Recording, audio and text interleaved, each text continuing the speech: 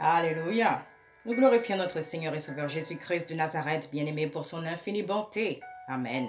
Alors bonjour ou bonsoir à vous, bien-aimés frères et sœurs en Christ, que vous soyez dans le monde. Jésus du monde ou le pharisien des temps modernes.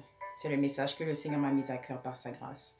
Alors bien-aimés, comme nous le savons, effectivement, nous vivons la fin des temps.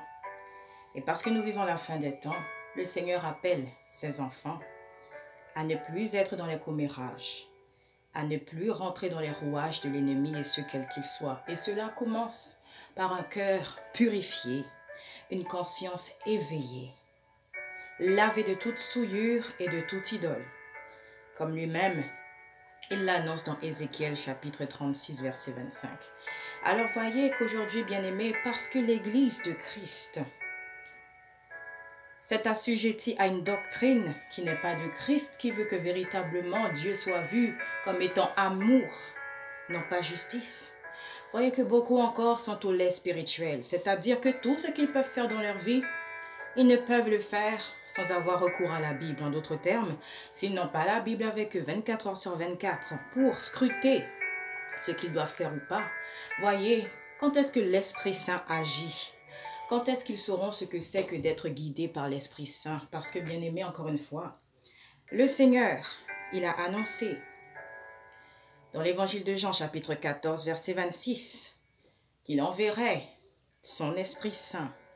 Il enverrait l'Esprit Saint, justement.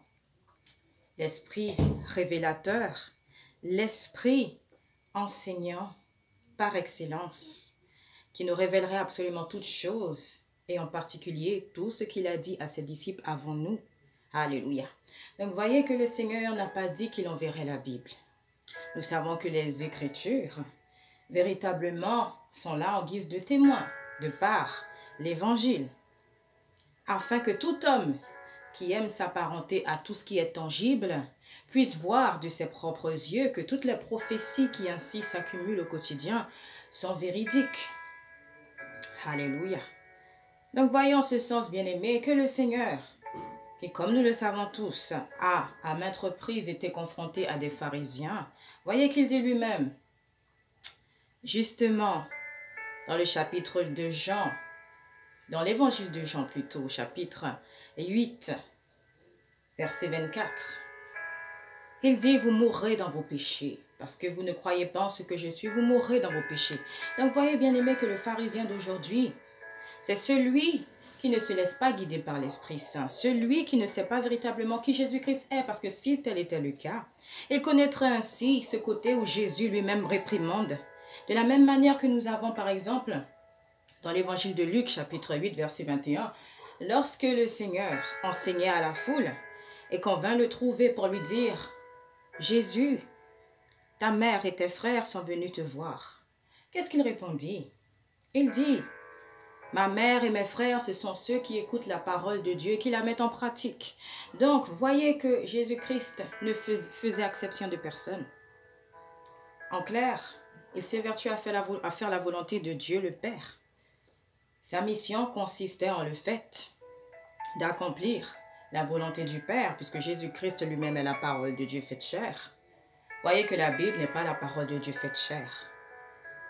Parce que c'est la parole de Dieu faite chair qui est vivante. En d'autres termes, lorsque nous acceptons Jésus-Christ en tant que Seigneur et Sauveur, il vient ainsi habiter nos cœurs et fait que sa parole véritablement soit inscrite à l'intérieur de façon indélébile. Donc, lorsque nous avons conscience de cette réalité-là, nous savons effectivement que nous marchons dans la vérité. Pourquoi? Parce que l'Esprit Saint nous guide vers toute vérité, et même celles qui ne sont pas écrites noir sur blanc dans la Bible. Donc, lorsque, bien-aimés, vous rentrez dans des combats sans bâton, lorsque vous citez sans cesse la Bible, sans véritablement en comprendre le sens, parce que pour pouvoir éplucher toute parabole que renferme la Bible, bien-aimés, il faut pouvoir être animé de l'Esprit Saint de Dieu. Donc, pour pouvoir décrypter toute chose, il faut être animé de l'Esprit Saint. Or, si vous appliquez les choses de façon machinale, si justement vous lisez la Bible comme un vulgaire roman, comment est-ce que vous voudrez parvenir aux vérités qu'elle renferme? Et il faut que justement, parce qu'il est écrit aussi, bien aimé, que tous les mystères tout mystère, c'est l'Esprit Saint qui le révèle. Et que ces mystères-là, c'est Jésus-Christ qui les révèle à qui il veut comme bon lui semble. Or, si les cœurs ne sont pas purs devant lui, si justement ses enfants ne viennent pas à lui comme étant des enfants, justement avec des cœurs d'enfants, pensez-vous que le Seigneur se révélera à eux? Non. Donc encore une fois, comme il le dit, vous mourrez dans vos péchés. Si vous ne savez pas, si vous ne croyez pas en ce qu'il est. En d'autres termes, si vous ne croyez pas que c'est lui la parole de Dieu faite chair, non pas la Bible. Alléluia. Donc voyez, en ce sens, repentez-vous de vos péchés. Vous qui pensez connaître le Seigneur, vous qui pensez qu'en citant des versets bibliques, vous le connaissez, en vérité, vous ne le connaissez pas. Parce que vous n'êtes pas capable de savoir ce qui lui est agréable. Parce que vous n'êtes pas capable de voir qu'en ces temps de la fin, en ces temps de régénération, il appelle les véritables adorateurs. C'est-à-dire ceux qui se dépouillent, ceux qui véritablement se soucient de faire appliquer sa parole. Non pas qui viennent pour une vaine gloire, non pas qui cherchent des actes d'héroïsme comme une dite sœur le dit elle-même.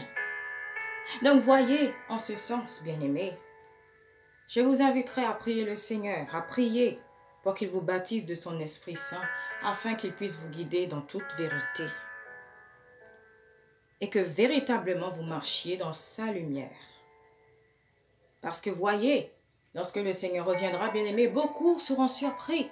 Beaucoup penseront justement être sauvés, alors qu'en vérité, ils ne le sont pas. C'est pourquoi c'est dès maintenant qu'il faut examiner notre foi. C'est dès maintenant, bien-aimés, qu'il faut faire une introspection de soi avant qu'il ne soit trop tard. Parce que, voyez, il n'y a aucun mal, aucune honte à dire « j'ai eu tort ». Aucune honte à dire « Seigneur, pardonne-moi ». Parce qu'encore une fois, nous ne sommes pas là pour une vaine gloire. Les âmes sont précieuses pour le Seigneur. Donc pensez-vous que nous prendrions le temps de jouer avec cela en sachant que l'enjeu est de taille? Parce que véritablement l'enfer, c'est pour l'éternité. Et cela est irrévocable. Alléluia. Donc bien aimé, par ces paroles que nous avons échangées, et je crois bien que vous allez également, bien aimé, laisser connaître vos pensées, faire connaître vos pensées. Voyez qu'en clair, les discours vains futiles, je n'y prends pas part. Tout ce que je vous dirai et que je vous recommanderai encore et encore, c'est de prier le Seigneur.